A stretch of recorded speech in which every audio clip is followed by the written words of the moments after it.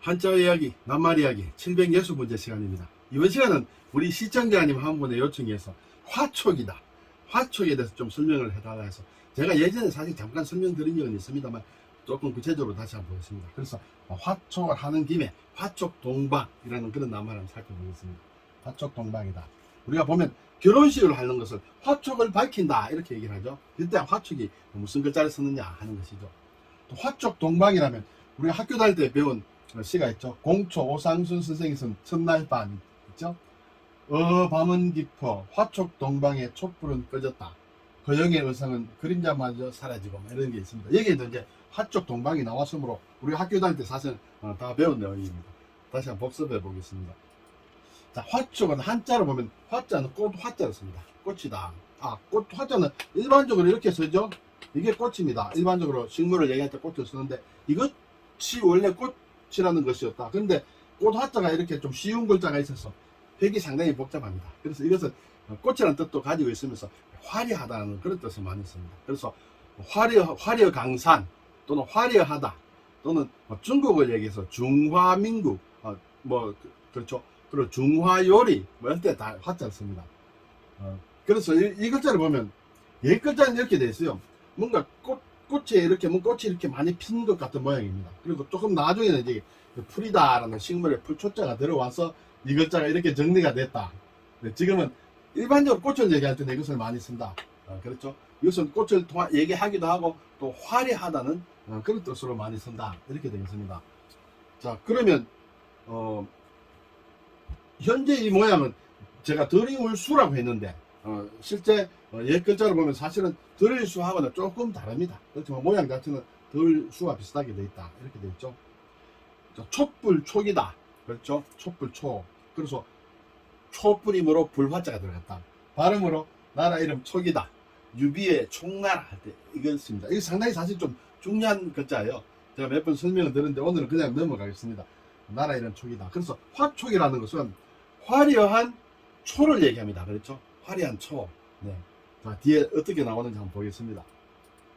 자, 화촉은 빛깔을 들인 밀초다. 네, 빛깔을 들이서 화려하다. 특히 혼례의식 때, 결혼할 때, 혼례의식 때 촛불을 밝히는 데서 혼례, 결혼을 달리 이루는 말을 화촉이라 한다. 그렇게 되어 있습니다. 그리고 또 그림을 그린 데서는 밀초도 화촉이라 한다. 이렇게 사전으로 되어 있습니다. 그래서 화촉을 밝힌다라고 하면 혼례식을 올린다는 얘기예요. 우리가 결혼식장에 가면 양가 부모님들이 나와서 먼저 초에다가 이렇게 점화를 합니다. 그렇죠. 그것이 이제 화촉을 밝힌다. 이렇게 되겠죠. 그래서 화촉지전이라면 결혼식, 혼례식을 얘기한다. 네. 오늘 나오는 화촉동방은 화촉은 이제 결혼을 했습니다. 그렇죠. 그리고 동방이다. 신랑 신부가 첫날 밤을 지내는 방을 화촉동방이란다. 동방이라는 것은 이제 침실을 얘기한다. 네. 여기 동은 예를 들어 우리가 무슨 동, 행정구역상으로 무슨 동 할 때 쓰는 것이고 또 동굴이라고도 할 때 씁니다. 방방자죠. 동방이다. 그래서 이것은 동방화촉 또는 화촉동방을 줄여서 동방이라고도 한다. 그래서 화촉동방은 결혼식한 신부가 첫날 밤을 지내는 곳이다. 이렇게 되겠죠. 이것이 제가 자료를 찾아보니까 옛날에 쓰던 화촉이에요. 저는 상당히 뭔가 복잡하게 물을 들였습니다. 요즘 이런 거 잘 보기 힘듭니다. 그럼 요즘 일반적으로 결혼식 가면 굳이 색깔 있는 초를 쓰지 않습니다만 전통적인 어떤 혼례 장면을 제가 하나 보니까 여기에는 신부 쪽에는 빨간색, 신랑 쪽에는 파란색에 이렇게 물을 들인 것이죠. 이게 화촉이에요. 네. 지금 일반 현대 예식장에는 굳이 이런 걸 가지고 쓰지는 않더라. 뭔 것은 여러분들 보셔도 아시리라 생각이 듭니다. 이렇게 물을 들인 그런 초를 화촉이라 한다. 자, 그런데 이제 화촉이라는 것은 이러한 화자도 있습니다. 이것은 오른쪽에는 화려할 화죠. 그리고 왼쪽에 나무목이다. 이래서 자작나무를 얘기한다. 자작나무. 네. 자작나무는 우리가 보면 닥터지바하고 이런 데 보면 영화에도 자작나무 숲이 시베리아에 걸쳐졌다든지 우리나라에도 지금 자작나무를 여러 군데 집단으로 심은 데가 있습니다만 원래는 상당히 북쪽에 있는 것이다. 이렇게 되겠죠. 이 자작나무 끝줄로 만든 초가 화촉이다. 왜냐하면 이 자작나무라는 나무의 이름 자체가 불을 붙이면 자작자작 잘 탄다는 것이에요. 모든 나무가 물론 타지만은 특별히 이 나무는 이 나무에 기름기가 좀 많기 때문에 불이 잘 붙는다. 그리고 그 소리가 꽤 난다. 그래서 자작자작 난다 해서 자작나무다 한다.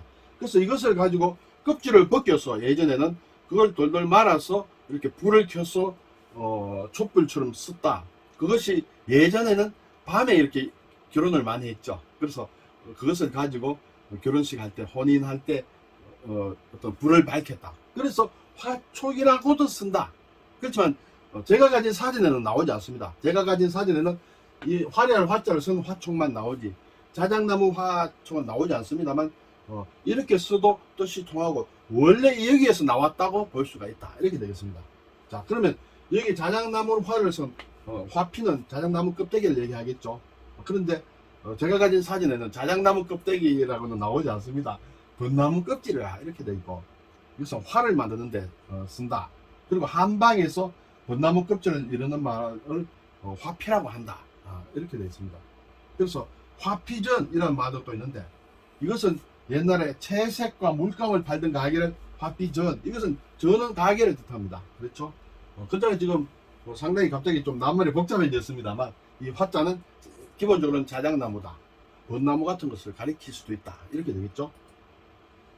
자, 그러면 자작나무 껍질은 화폐라고 하지 않았냐? 그렇게 표기하는 사람들도 있다는 것은 알아두시면 되겠습니다. 자, 이것은 무엇이냐면 경주에 있는 천마총에 나온 어떤 말 다래를 얘기합니다. 사람이 말을 탈 때 말 발굽으로 인한 어떤 먼지 같은 거, 이런 것을 방어하기, 막기 위해서 이렇게 말을 안장 아래로 이렇게 내려놓은 것을 말 다래라고 하는데, 여기에 보면 이제 말이 그려져 있다. 천마다. 그래서 천마총입니다. 이것이 어디서 나왔느냐 하면 자작나무 껍질에서 나왔다는 것이에요. 그래서 천마, 하늘을 향해 날아가는 말이다. 천마총. 예, 장리라고 한다. 장은 막는다는 것이에요. 그리고 니는 이제 진흙을 얘기한다. 흙이 튀기는 것을 막는 말다래인데, 이것이 백화수피로 만든 것이다 하는 것이에요. 백화라는 것이 흔히 얘기하는 우리가 자작나무다. 자작나무는 흰색이다. 그렇죠? 그래서 백화의 자작나무의 나무 껍질에 이 장리, 말다래를 그렸다. 물론 이것이 천마도가 맞느냐 아니면 상상의 동물인 기린이냐 하는 것은 논의가 있습니다만, 아직까지는 천마도가 대세다. 그래서 이름도 아직도 천마총이라 하고 있다. 이렇게 되겠죠. 자작나무라는 것은 이제 백화라고 했습니다. 여기서 나오는 추출물로 만든 게 우리가 자일리톨이라든지 금을 만든다든지 하죠. 중치 예방을 한다든지 핀란드 이런데 상당히 유명하죠. 이것이 자작나무에서 나오는 것이다. 그래서 백화, 화자, 자작나무라는 것에 대해서는 우리가 알아야 될 게 꽤 있다. 이렇게 볼 수 있습니다. 네, 이것은 자작나무 숲이다. 이렇게 되겠습니다. 그리고 이제 이 백화라는 게 자작나무라 했는데, 글쎄 우리하고 뭐 어느 정도 관련되는지 모르겠습니다만, 기본적으로 일본의 근대에 백화파 문학이 있습니다. 백화파. 일본말로는 이제 시라카바라고 하는데, 이 백화파 문학은 명치 말년부터 대정 초기에 그 문예 잡지인 백화라는 잡지를 만들어냈다. 시라카바라는 책을 만들어냈다. 그것을 중심으로 발행한 어떤 작가의 일단은 백화파다, 시라카바라 한다. 이렇게 되겠습니다. 일본 노래를 많이 아시는 분은 시라카바라고 시작하는 유명한 노래가 있습니다. 네, 우리가 그까지도 제가 말씀드릴 수는 없고요. 어쨌든 백화라는 것은 좀 알아둘 필요가 있다. 그런데 이 화자가 오른쪽 외모 이렇게 씁니다. 화려할 화자예요. 화고 그리고 앞에 이렇게 나무목을 붙여서 또 자작나무를 또 타는데, 여기에 예를 들어서 불화자를 붙인다 이러면 발음이 엽으로 바뀝니다. 발음이 제 이름에 이 글자가 들어갑니다. 그래서 상당히 복잡하다. 빛날 엽이다. 물론 여기에 불화가 아니라 여기에 날일자를 붙여도 빛날 엽 이렇게 되겠습니다. 어쨌든 이 화자를 상당히 복잡한 화자다.